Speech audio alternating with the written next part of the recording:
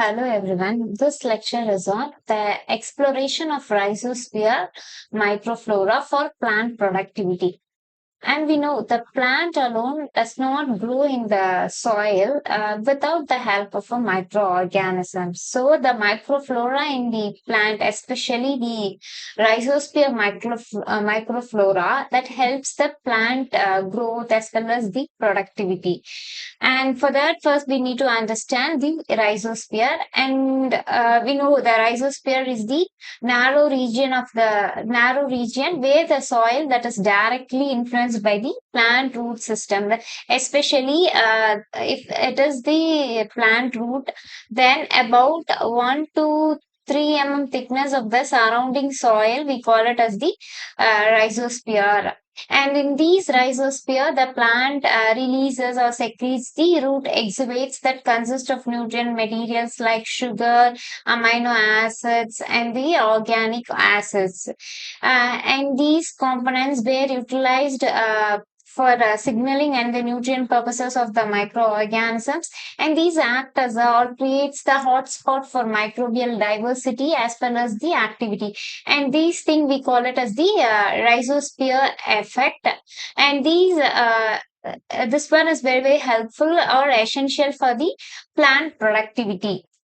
And what are all the different microflora or the microorganisms that were present in the soil, or the bacteria, fungi, actinomycetes, protozoa, and the nematodes. And the bacteria, this is the dominant group, and it is mainly used for the decomposition of the organic matter. And in these, the very specific one is the plant growth promoting bacteria or the Rhizobium species. That one enhances the plant growth system, especially utilizing the rhizosphere. Whereas the fungi thing, here the fungi one is usually survive in the acid environment, and also these fungi one having the like a hype one having the symbiotic relationship with the plant root system and helpful for nutrient uptake and water retention, and also degrade the complex organic matter that presents in the soil. And the Actinomycetes, this one produces antibodies and also suppresses the uh, pathogen growth. Whereas the protozoa and nematoda, that is specifically used for the balancing the microbial population in the soil environment.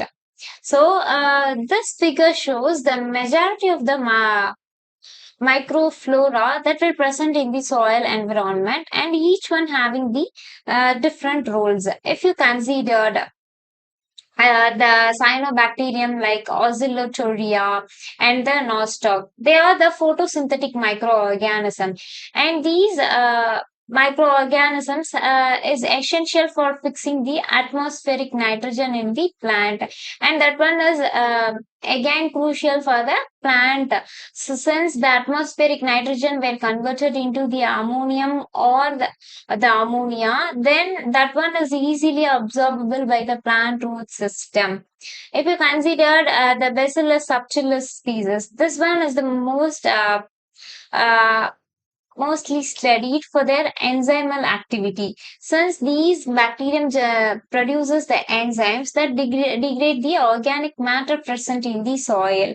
Whereas the Saccharomyces species, it is an yeast one, and these Saccharomyces is also essential for the plant growth, especially for uh, the phosphorus uptake as well as the water that were taken up by the plant root system.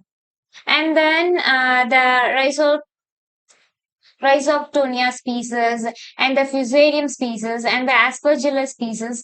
These are all some of the fungal species, and they are having the specific function, that is degrading the complex organic matter.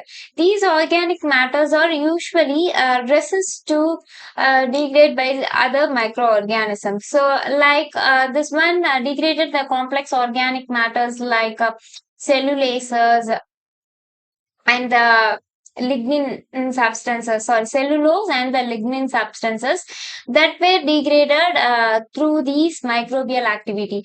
But these microorganisms may act as a pathogen if the soil ecosystem is in an imbalanced form. And the protozoan species like amoeba and the paramecium, these were having the main function as controlling the microbial population. Since these microorganisms act as a predator species or grazing the bacteria, thereby controlling the bacterial population in the soil. And the Actinomycetes clusters. These are the filamentous bacteria and having the fungal traits. This one having the specific ability of